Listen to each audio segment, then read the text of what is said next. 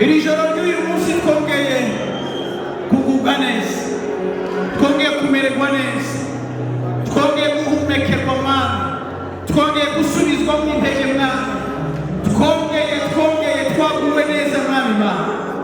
Urakoze Mwami Mana. Yo byari bishobotse ngo duce ingando ahantu ngaha, ngo dukomeze twumve amagambo nkaya, ngo dukomeze tubane n'abera b'Imana nk'uku Mwami Mana. Ariko Mwami Mana ntabwo tubisiza, tubijanye mu mitima yacu. Shaka tubijanye mu mitima yacu, kandi bikomeje imitima yacu, kandi bihinduye imitima yacu, kandi bihinduye ubuzima bwacu, kandi bihinduye trajectoire yacu mu izina rya Yesu Kristo. Mana natuye uguhinduka ku bwoko bwawe bwose bwateranye ahantu.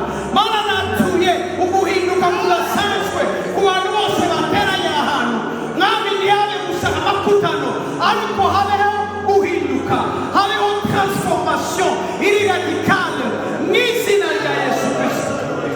Umugisha w'Imana utahe mu mago yacu, umugisha w'Imana utahe mu buzima bwacu, turusheho kukubona Mwami Mana.